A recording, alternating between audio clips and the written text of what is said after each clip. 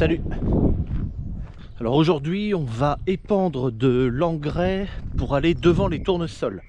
C'est de l'engrais de fond que je vais mettre, c'est du 0-20-20, ça veut dire 0 d'azote, 20 de phosphore et 20 de potasse. J'ai récupéré l'épandeur de mon voisin, l'épandeur Rock. Et là en fait je suis venu avec la pompe à graisse. Oh merde, putain, j'ai oublié un truc. Bon bah c'est dommage. Enfin non, mais ça fait rien, je le ferai après. Parce que je voulais... tu vois, il y a une chaîne là. Et je voulais mettre un coup de bombe sur la chaîne et puis j'ai oublié la... Enfin, de toute façon, j'avais pas assez de main pour tout prendre. Là, on peut voir que le tapis, tu vois, il est un petit peu abîmé là. Enfin, ça fait rien. Enfin, ça fait rien. Ça fait pas rien, mais il peut encore largement fonctionner. Donc voilà comment c'est fait là-dedans. Donc on a un tapis qui amène le produit jusque là. Là, il faudra que je remette les chaînes. Il faudra les remettre comme il faut.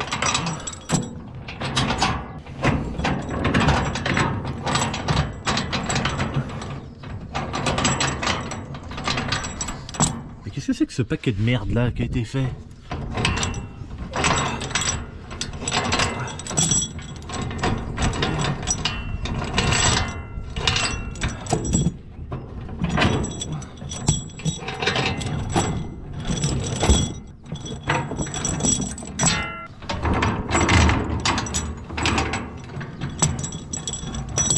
Bon voilà, c'est bon, j'ai remis les chaînes comme il fallait. En fait, les chaînes, elles sont juste là pour délayer un peu. Hein. Donc on ouvre la trappe à la hauteur que l'on veut.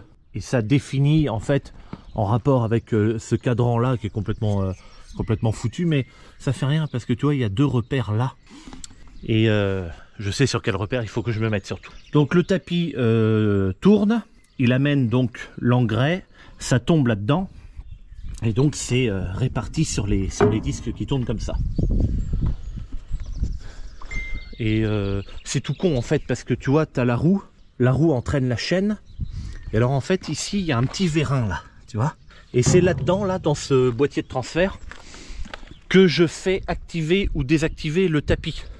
Parce que bien évidemment, quand je vais chercher de l'engrais à la coopérative, quand je reviens, il ne faut pas que le tapis tourne, quoi. Et le tapis, c'est cette roue-là par la chaîne qu'il fait tourner. C'est bien un truc comme ça parce que c'est un avancement par DPA, quoi, débit proportionnel à l'avancement. C'est-à-dire que si je roule pas vite, ben, le tapis roule pas vite, et si je roule plus vite, le tapis roule plus vite.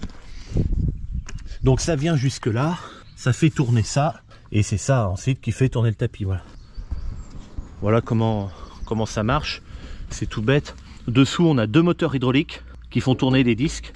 Et en fait ces moteurs hydrauliques, ils sont alimentés par une pompe hydraulique, bien entendu, qui est engagée par la prise de force. Il y a la réserve d'huile en fait qui est là derrière, et c'est ça qui fait tourner les disques derrière. Le fonctionnement en fait est assez simple hein, de ce genre d'outil. C'est fiable comme machine, ça. C'est fiable. Là, ce que je vais faire, c'est que avant d'atteler, je veux avoir de la place. C'est pour ça que j'ai ramené la pompe à graisse. Je voudrais graisser les cardans là. J'aurais voulu mettre un petit coup sur la chaîne, mais ça je m'en fous. Enfin, je m'en fous pas, mais quand le tracteur sera attelé, je pourrais le faire quand même. Là, c'est parce que quand il est attelé, après, t'as moins de place pour tourner autour. Et ensuite, j'y mettrai ma caméra dedans. Je fais ça à chaque fois hein, que je m'en sers. Je vais mettre ma caméra que je mets à l'arrière là. Alors de ce côté-là ou de l'autre côté, on s'en fout. Qui me filme la sortie, la trappe là.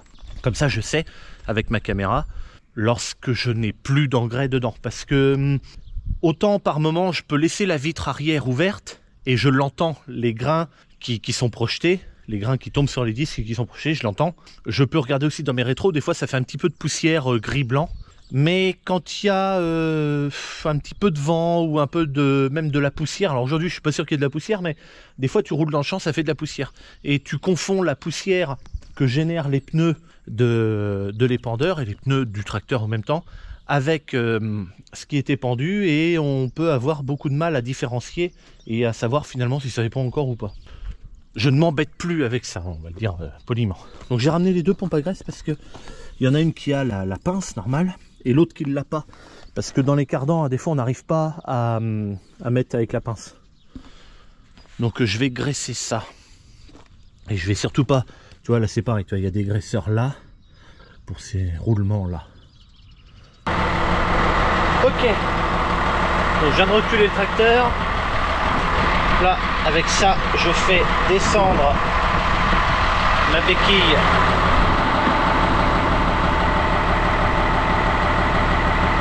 Hop. Et là, en dévissant bien à fond, ma béquille va remonter toute seule.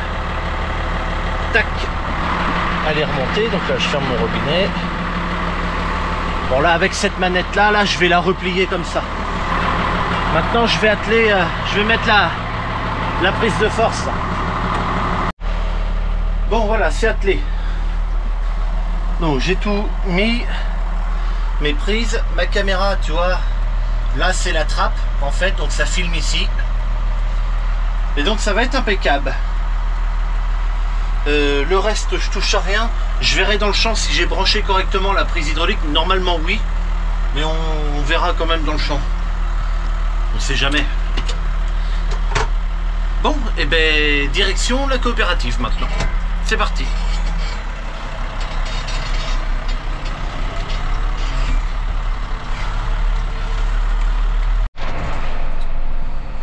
Bon, me voilà arrivé à la coopérative, donc chez Centre-Ouest Céréales. Donc là, je passe d'abord sur le pont bascule. C'est comme quand je viens livrer du grain, mais dans l'autre sens. C'est-à-dire que quand je viens livrer du grain, je suis plein, je vide et je pèse à vide. Et bien là, je pèse à vide, on remplit et je pèse à plein. Pour savoir combien j'en ai pris. Donc là, la balance me dit 8 tonnes 740. La pesée à vide va être assez rapide normalement, puisqu'il n'y a pas de prise d'échantillon, rien du tout. Et quand je suis arrivé, Guillaume a dû me voir par la fenêtre arriver, parce que il a été ouvrir la case qui est là. Donc je pense que c'est le 020, il doit être là.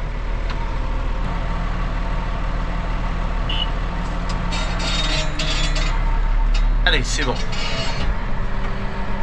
Il y a eu le petit coup de klaxon avec la lumière verte. Et puis là, je vais aller reculer là-bas. Alors, Guillaume a pris le Manitou. Ah oui, d'accord. Il a les fourches là sur le Manitou. Donc il va les dételer puis il va mettre le godet.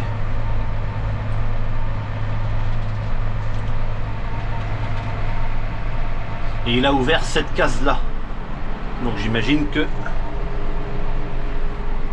c'est celle-là. De toute façon, ce que je vais faire, comme il y en a deux d'ouvertes. Non, l'autre elle est vide là. Hop.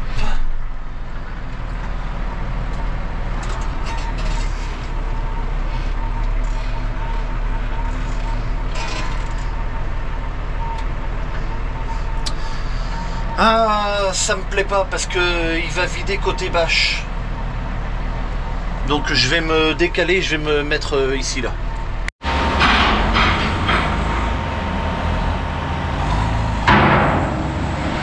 Ok.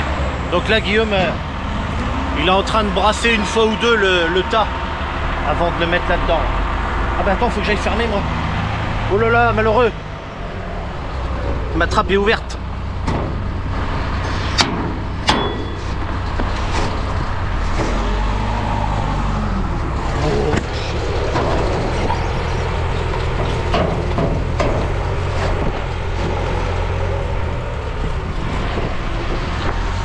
Ok, c'est bon.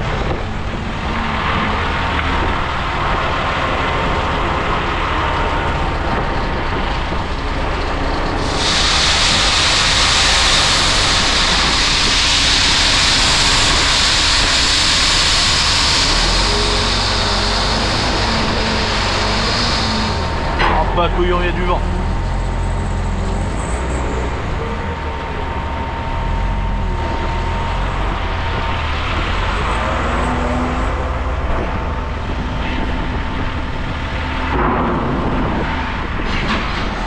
Hop, voilà, un godet ça remplit déjà tout ça. Hein.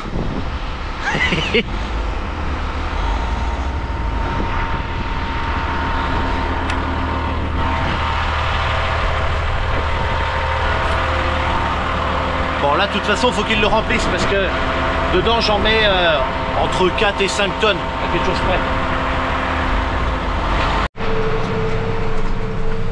Allez c'est parti. là, mon tapis est bien en train de tourner. Alors ça se voit sûrement pas à la caméra. Moi je le vois bien qu'il tourne. Et je commence par faire mon tour de champ. Comme je l'avais expliqué dans une autre vidéo, je me repère grâce à ma trace de rouleau. Puisque cet épandeur là il pense sur 24 mètres. Et j'avais fait 2 passages de rouleau.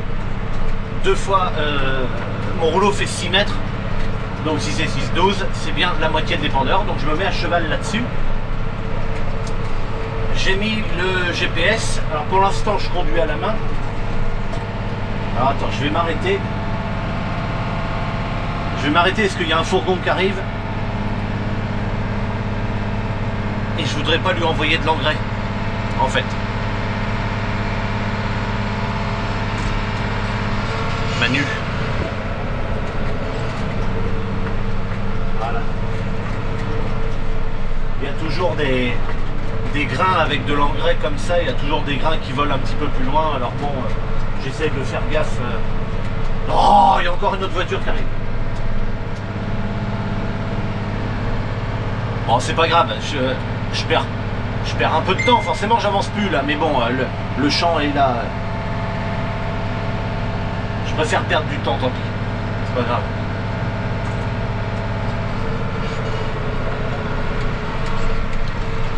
Tu vois, ce qu'il y a, c'est que quand je laisse passer comme ça, je m'arrête pour laisser passer les gens là, pour pas leur envoyer de l'engrais, mais en fait, les gens ils savent même pas, ils savent pas pourquoi je m'arrête, puis ils s'en foutent en plus. Enfin voilà, le tracteur est arrêté, arrêté. Et ils savent pas que je le fais pour eux. C'est ce qu'on appelle les héros de l'ombre. Voilà. Je fais des choses pour les autres, mais sans faire voir que je le fais, quoi. Je suis un héros de l'ombre. Eh merde! Il y avait une bagnole, toi, je suis en train de raconter des conneries. Il y a une bagnole qui est passée, j'espère qu'elle en a pas reçu. En fait, si je fais ça, c'est parce que j'ai envie que les gens aient une bonne image. Et avoir une bonne image, c'est pas envoyer des grains dans les bagnoles quand elles passent, quoi. Entre autres. Bon, j'ai mis le GPS, mais pour l'instant, c'est moi qui... Je conduis à la main le tracteur. Je mettrai l'autoguidage seulement pour faire les lignes après dans le champ. Là, je peux conduire à la main... Je peux conduire à la main quand même, au moins pour faire le tour du champ. Mais je l'ai mis et j'ai mis l'enregistrement parce que comme ça, ça me compte ma surface que j'ai fait. Et puis en le dessinant sur l'écran, moi je le vois mieux pour arrêter et tout ça. Bon, j'y arrivais bien avant. Je vois pas pourquoi j'y arriverai plus maintenant, mais bon voilà, c'est une aide que je me donne en plus.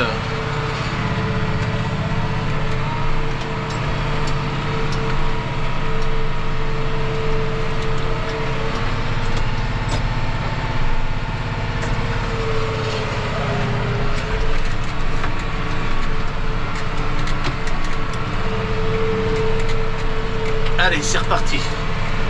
Là, je remonte ma chinte maintenant. Toujours en suivant mon coup de rouleau. Mon Titi Albert qui est là. Est-ce qu'il fait un sourire? Oui, il est content. Hop, allez, mets-toi devant. Bon, pour l'instant, la caméra, ça bouge pas.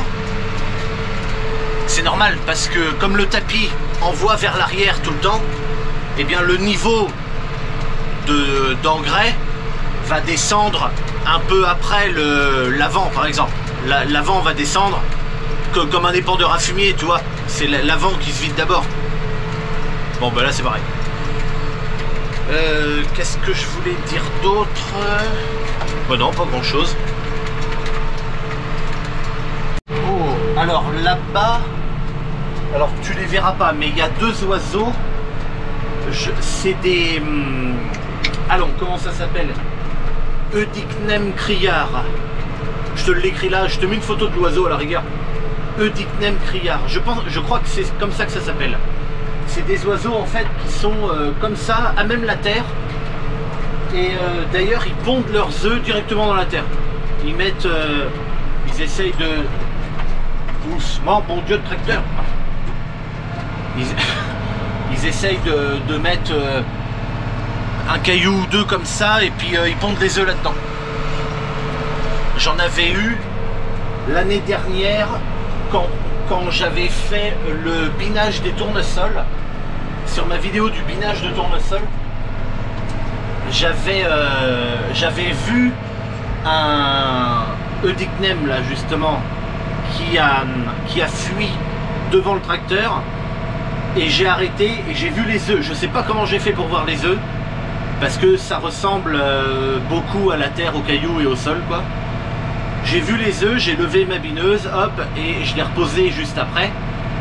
Ceci dit, je crois quand même, j'avais mis un piquet, un jalon pour aller les revoir. Alors j'avais mis un jalon, mais pas là où il y avait les œufs, je suis pas complètement con non plus. Je l'avais mis à 15-20 mètres, mais sur le rang où il était, tu vois, parce que c'était semé en tournesol bien sûr. Sur le rang et 15-20 mètres en avant, histoire de me souvenir un peu que c'était... Et je pense que l'oiseau avait abandonné ses œufs. Est-ce que la femelle a eu peur, ou le mâle d'ailleurs, je sais pas qui couvre les œufs dans ces oiseaux-là, peut-être même les deux d'ailleurs. Mais l'oiseau avait abandonné, je suis sûr qu'il avait abandonné ses œufs. Parce que ils étaient mis bizarrement, et ouais, je pense que les œufs n'ont pas été jusqu'au bout. Donc c'est dommage. Mais là, tu vois, je vois que j'en ai dans mon champ, il va falloir que je sois vigilant avec ça. Ça m'embête un peu. Surtout que là, il va y avoir un coup de déchômeur à disque pour refaire la terre. Je sais pas, ça me fait chier.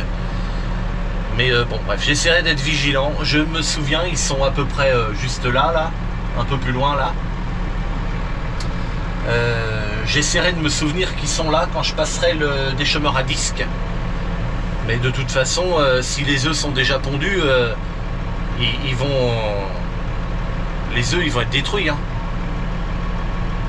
Ce qui serait bien, c'est que ils puissent pondre leurs œufs, mais après que ce soit semé. Comme ça, il reste plus que la bineuse. Alors la bineuse les détruirait, hein, bien sûr, les œufs, mais j'ai une chance de... Je les ai vus une fois dans l'année dernière, donc peut-être que je peux les voir une deuxième fois, ces fameux œufs là. J'en sais rien. Enfin bon, bref.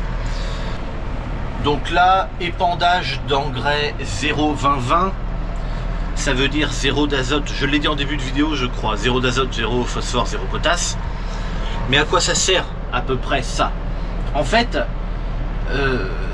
l'azote, alors bon, je vais le simplifier à mort, parce que en réalité c'est plus compliqué que ce que je vais dire là. Évidemment, je le simplifie pour que ce soit simple à comprendre. L'azote, donc il n'y en a pas là-dedans parce qu'il sera apporté autrement, moi. L'azote va s'occuper des parties vertes de la plante, tout ce qui est feuillage, machin, photosynthèse et tout. Le phosphore va s'occuper plutôt de la partie racinaire, développement de la partie racinaire de la plante. Et la potasse va s'occuper plutôt de la partie graine, fruit de la plante. Voilà. Encore une fois, hein, c'est simplifié à mort, c'est bien plus compliqué que ça dans la réalité, mais bon voilà, ça donne une idée à peu près comment ça marche. Donc moi je mets ça, l'azote sera apporté au semis via un engrais starter, et puis après la levée je repasserai pour mettre un coup d'engrais. Je mets pas beaucoup hein, dans les tournesols, une cinquantaine d'unités environ. Donc voilà, allez je continue, j'ai pas fini mon tour de champ, il me reste encore cette bande là à faire.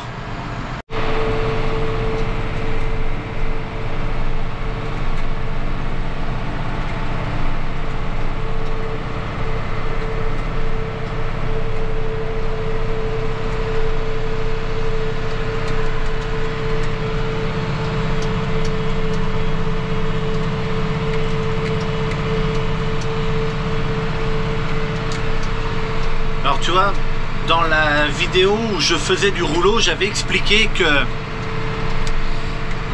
je passais le rouleau dans le sens que je voulais passer l'engrais et puis le semis. Bon, dans le sens du semis, ça m'intéresse pas parce qu'on s'en fout, il va y avoir un coup des chômeurs à disque avant de semer. Mais dans le sens, en tout cas, de l'épandeur à engrais.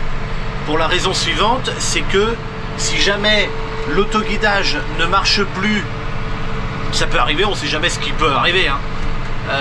L'autoguidage fonctionne plus pour épandre l'engrais, je pourrais me repérer sur mes traces qu'a fait mon tracteur. Alors là, je suis dans une trace de rouleau, enfin où le tracteur a roulé et le rouleau derrière. Et en fait, toutes les 4 traces, je me remets dedans. Et en fait, le passage là-bas, il est à la 4e, c'est-à-dire que là, c'est la numéro 0 si on veut. 1, 2, 3 et 4e, je me mets dedans et je suis à 24 mètres d'ici. Voilà pourquoi je voulais passer le rouleau dans le même sens que l'épandeur à engrais. Voilà, j'essaye de penser à plein de choses.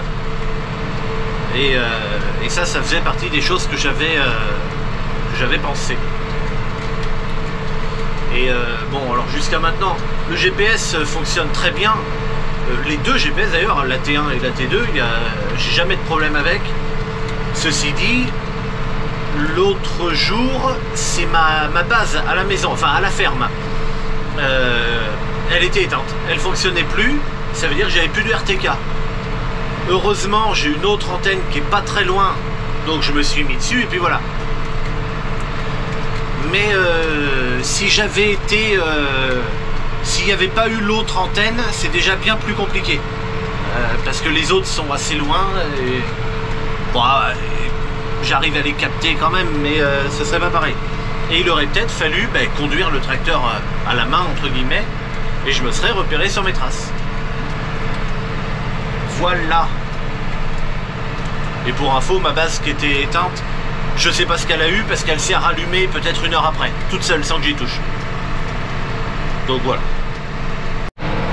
Je vais essayer de zoomer, mais on le voit l'oiseau là. Il est en train de se sauver. Et alors l'autre est parti par là, mais je sais pas du tout où il est. Il a dû se baisser ou je sais pas quoi. Ah mais non, ils sont tous les deux là.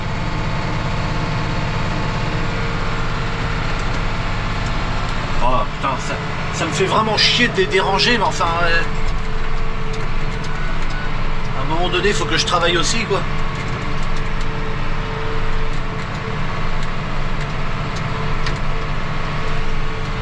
Allez, fais attention, mon petit mignon, sauve-toi parce que tu vas te prendre des granulés. Allez, cours. Voilà. Sa femelle, elle est là-bas, là. Ça vit ensemble, ils vont se rejoindre. Tiens, il y a un autre oiseau là, j'espère que c'en est pas un autre ça. Ah non merde, c'est une c'est une petite touffe d'herbe. Ah. Bon, j'en ai quelques-unes dans le champ. Là j'ai un petit rond vert là. Juste là. Bon, c'est rien du tout. Non mais là-bas c'est une petite touffe d'herbe. Putain, ça me fait chier que ces oiseaux sont là, parce que j'ai peur de... Je voudrais pas les abîmer, quoi. Bon là, je me suis arrêté parce que c'est plus simple pour faire voir à la caméra.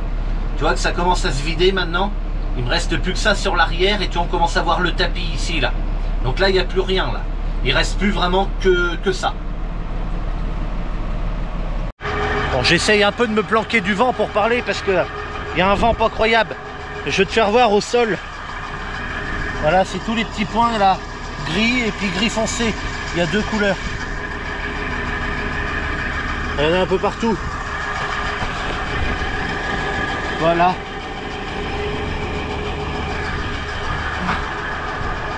Je sais pas si tu vois grand chose, mais...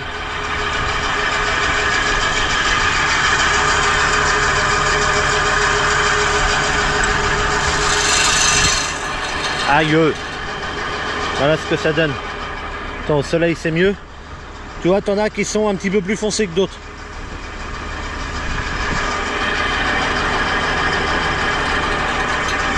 Voilà. descends voir pour voir si tout va bien. En faisant tourner au ralenti. Bah, tu vois, c'est descendu là parce que ben, il est assez vieux quand même ce machin là. Et puis ben ça commence un petit peu, tu vois, ça tombe là un peu. Tu vois, un petit peu par là aussi, il y a un espace là. Ici là. Il y a un petit peu là. Encore que c'est pas là, c'est surtout au milieu. Bon ouais, c'est comme ça, c'est la vieillerie. Hein.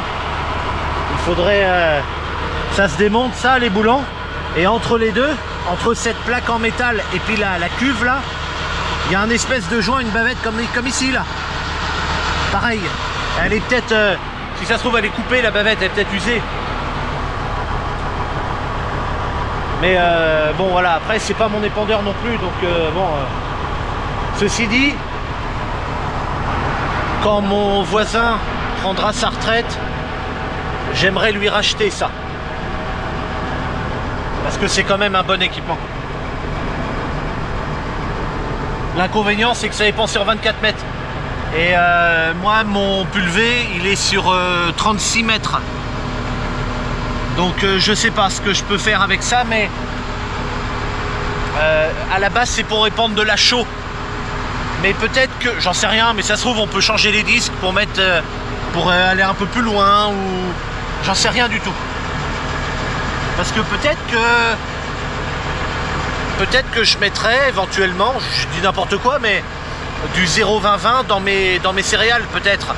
Quand ils sont encore pas très grands, mais je passe avec ça, ça épand sur 24 mètres. Bon voilà, ça va, si mes passages de pulvé sont en 36, je vais pas passer au milieu non plus, hein. Mais ce qui sera épandu sera fait quoi. Même si ça en manque un peu entre les deux, bah, il y en aura toujours une majorité de faites quoi. J'en sais rien, ça se trouve je le ferai jamais, hein, je sais pas du tout. Ok, donc là je suis de retour à la COP pour mon deuxième tour. Donc là ce qui s'est passé, c'est que Guillaume m'en a mis un plein godet dedans. Et je monte sur le pont bascule parce qu'en fait là maintenant Guillaume va ajuster sur le pont directement en regardant de toute façon, je sais pas ce qu'il va, à mon avis il va pas voir grand chose.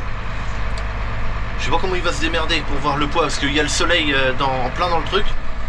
Mais voilà, c'est que là pour mon deuxième tour j'ai pas un godet, j'ai pas un épandeur complet.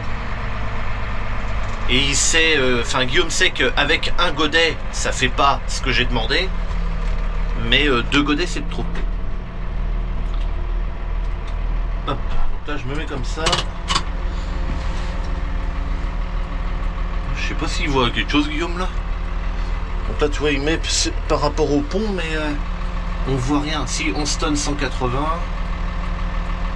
Disons, c'est pas évident.